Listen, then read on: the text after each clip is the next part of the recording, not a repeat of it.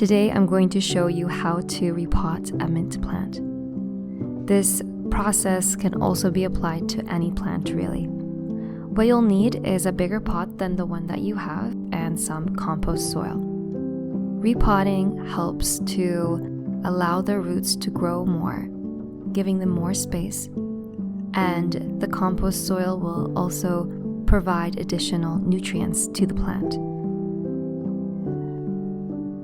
Filling up the pot about halfway to 3/4 of the way, and then making a hole in the center, putting the plant in the center,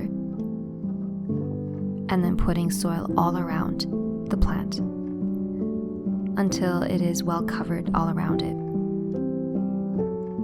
You can pat down the soil lightly and then pour some water. I love planting because it allows me to relax. It's a form of meditation, a way of really connecting to the present moment.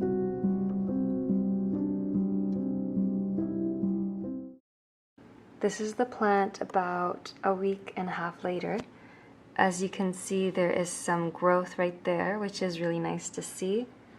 And I've been watering it almost every day or every other day whenever the soil is dry.